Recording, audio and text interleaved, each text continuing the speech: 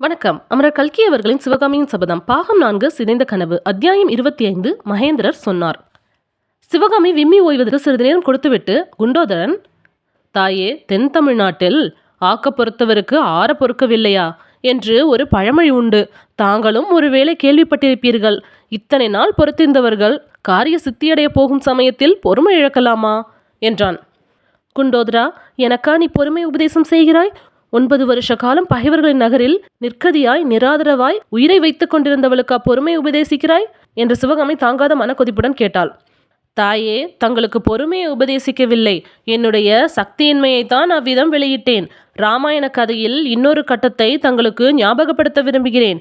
அசோகவனத்தில் சீதையை கண்ட அனுமார் பிராட்டியை தன்னுடன் புறப்பட்டு வந்து விடும்படி கோரினார்.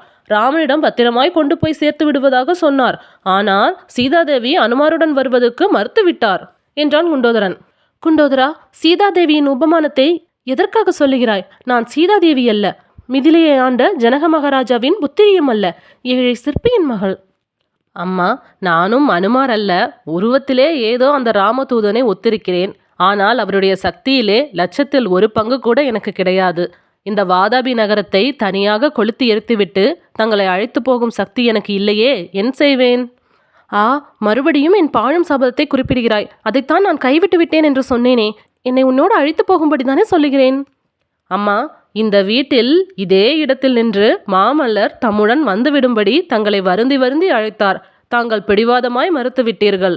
என் சபதத்தை நிறைவேற்றிவிட்டு என்னை அழைத்து போங்கள் என்றீர்கள். இதையெல்லாம் நான் பார்த்து கொண்டும் கேட்டுக்கொண்டும் இருந்தேன். இப்போது மாமல்லர் சபதத்தை நிறைவேற்றுவதற்கு ஆயத்தமாக புறப்பட்டு கொண்டிருக்கிறார். அம்மா, நாளை விஜயதசமி அன்று கிளம்புவதற்கு நாள் பார்த்திருக்கிறது. எல்லாம் உபதேசத்தபடி நடந்தால் சரியாக இன்னும் 1 மாதத்துக்குள் வாதாபி கோட்டையை பல்லவ சைனியம் சூழ்ந்து முற்றுகையிடும். தங்கள் கண்முன்னால் தங்களுடைய சபதம் நிறைவேறுவதை பார்ப்பீர்கள். அதைரியத்துக்கு இடம் கொடாமல் இன்னும் சிறிது காலம் பொறுமையாயிருங்கள். குண்டோதரா, நான் சொல்வதை நீ புரிந்து கொள்ளவில்லை. என் மனதையும் நன்றாய் அறிந்து கொள்ளவில்லை. அதைரியத்தினாலோ அல்லது பொறுமை இழந்தோ நான் பேசவில்லை. எனக்காக இன்னொரு பயங்கர யுத்தம் நடப்பதை தடுக்க விரும்புகிறேன். என் வாழ்க்கையில் நான் அனுபவித்ததெல்லாம் போதாதா? அந்த சமயம் ஏதோ ஆத்திரமாய் இருந்தது. அதனால் அப்படி சபதம் செய்துவிட்டேன். இப்போது நினைத்து பார்த்தால் அது மூடத்தனம் என்று தோன்றுகிறது. யுத்தம் என்றால் என்னென்ன பயங்கரங்கள் நடக்கும்? எத்தனை பேர் சாவார்கள்? எத்தனை குற்றமற்ற ஜனங்கள் கஷ்டங்களுக்கு உள்ளாவார்கள்? வெற்றி தோல்வியை பற்றி தான் நிச்சயம் என்ன சொல்ல முடியும்? இந்த துரதிருஷ்டக்காரியின் மூட பிடிவாதத்துக்காக அம்மாதிரி கஷ்டங்கள் ஏற்படுவதை நான் விரும்பவில்லை. அதனாலே தான் என்னை உன்னோடு அழைத்து போக சொல்லுகிறேன் என்றாள் சிவகாமி. இதற்கு என்ன மறுமொழி சொல்லுவது என்று தெரியாமல் குண்டோதரன் திகைத்து நின்றான். சிறிது நேரம் யோசித்து, அம்மா, இனிமேல் தங்களுடைய சபதத்தை தாங்கள் மாற்றிக்கொண்ட போதிலும் மாமல்லர் வாதாபி படையெடுப்பை கைவிட முடியாது.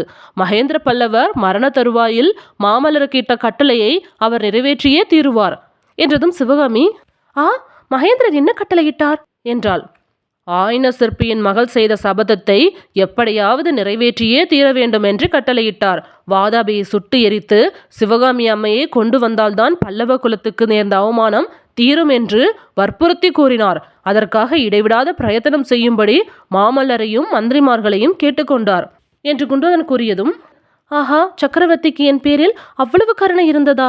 அவரை பற்றி என்னவெல்லாமோ நான் தவறாக எண்ணினேனே என்று கூறி சிவகாமி மறுபடியும் கலகலவென்று கண்ணீர் விட்டாள். பிறகு மகேந்திர பல்லவரின் மரணத்தை பற்றியும் இன்னும் காஞ்சியில் சென்ற 9 வருஷமாக நடந்த சம்பவங்களை பற்றியும் விவரமாக சொல்லும்படி கேட்டாள். குண்டோதரன் எல்லா சம்பவங்களையும் பற்றி கூறினான். ஆனால் ஒரு சம்பவத்தை மட்டும் அவன் பிரஸ்தாபிக்கவே இல்லை. அதை சொல்ல அவனுக்கு துணிச்சல் ஏற்படவில்லை. குண்டோதரன் வெளிப்பெற்று கிளம்ப வேண்டிய சமயம் வந்தபோது சிவகாமி ஏக்கம் நிறைந்த குரலில், அப்பனே, மாமல்லர் நிச்சயம் வருவாரா அல்லது எனக்கு வீண் ஆசை காட்டுகிறாயா என்று கேட்டாள். நிச்சயமாக வருவார் அம்மா. பல்லவ குலத்தின் கௌரவத்தை காப்பாற்றுவதற்காக அவசியம் வந்தே தீருவார் என்றான் குண்டோதரன். உண்மைதான், பல்லவ குலத்தின் கௌரவம்தான் அவருக்கு பெரிது. அதற்காகத்தான் இவ்வளவு காலம் கழித்து வருகிறார். என் பேரில் உள்ள அன்புக்காக வருவதாயிருந்தால் முன்னமே வந்து என்னை அழைத்து போகிருக்க மாட்டாரா என்றாள். குண்டோதரன் தன் மனதிற்குள், ஸ்திரீகளை திருப்தி செய்வது மிகவும் கடினமான காரியம். இப்படி திருப்தி செய்ய முடியாத ஸ்திரீகளுக்காக சிலர் இத்தனை சிரமம் எடுத்துக்கொண்டு இப்படி உயிரை விடுகிறார்களே, என்ன பைத்தியக்காரத்தனம் என்று எண்ணினான். பிறகு, அம்மா, பல்லவ குலத்தின் கௌரவத்தை காட்டிலும் தங்களுடைய அன்பே பெரியதென்று கருதி மாமல்லர் இங்கு ஒரு நாள் மாறுவேடத்தில் வரவில்லையா? அவருடன் புறப்பட்டு வந்து விடும்படி தங்களை எவ்வளவோ மன்றாடி வேண்டிக் கொள்ளவில்லையா என்று வெளிப்படையாக கேட்டான். ஆம் குண்டோதரா, அப்போது நான் செய்தது பெரிய தவறுதான். அந்த தவறுக்காக 9 வருஷம் என்னை தண்டித்தது போதும் என்று மாமல்லரிடம் சொல்லு. அவரை மீண்டும் ஒருமுறை பார்த்து அவரிடம் மன்னிப்பு கேட்டுக்கொள்வதற்காகத்தான் இத்தனை நாள் உயிரை வைத்துக் கொண்டிருக்கிறேன் என்றும் சொல்லு என்றாள் சிவகாமி. நல்ல வேளையாக அந்த பேதை தனக்கு இன்னும் கடூரமான தண்டனைகள் காத்திருக்கின்றன என்பதை அறிந்திருக்கவில்லை. அறிந்திருந்தால் எந்த காரணத்துக்காக வேணும் உயிரை வைத்துக் கொண்டிருக்க உடன்பட்டிருக்க கூடுமா? குண்டோதரன் கடைசியாக புறப்பட வேண்டிய சமயத்தில் தயங்கி தயங்கி நின்றான். அவனை பார்த்தால் ஏதோ சொல்ல விரும்பியவன் போலவும் அதற்கு துணிச்சல் வராமல் சங்கடப்படுவதாகவும் தோன்றியது. சிவகாமி அவனை தைரியப்படுத்தி, இன்னும் ஏதாவது சொல்வதற்கு இருக்கிறதா? தயங்காமல் சொல்லு என்றாள். தேவி, வேறு ஒன்றுமில்லை. ஸ்திரீகளிடம் ரகசியம் தங்காது என்பதாக ஒரு வழக்கு உண்டு. மகாபாரதத்திலே கூட அந்த மாதிரி ஒரு கதை இருக்கிறது. அம்மா, கோபித்து கொள்ளாதீர்கள். நான் வந்து போன விஷயமோ மாமல்லர் படையெடுத்து வரும் விஷயமோ இங்கே பிரஸ்தாபமாக கூடாது. சிவகாமியின் முகத்தில் சோகம் கலைந்த புன்னகை அரும்பியது. குண்டோதரா, மாமல்லருக்கு இத்தனை நாளும் என்னால் ஏற்பட்ட சங்கடம் எல்லாம் போதாதா? இந்த வஞ்சக பாதகர்களிடம் இன்னமும் அவரை நான் காட்டிக் கொடுப்பேனா? இங்கே எனக்கு தெரிந்தவர்கள் நாகநந்தி பிக்ஷுவை தவிர வேறு யாரும் இல்லை. அவரும் அஜந்தாவுக்கு போகிறார்.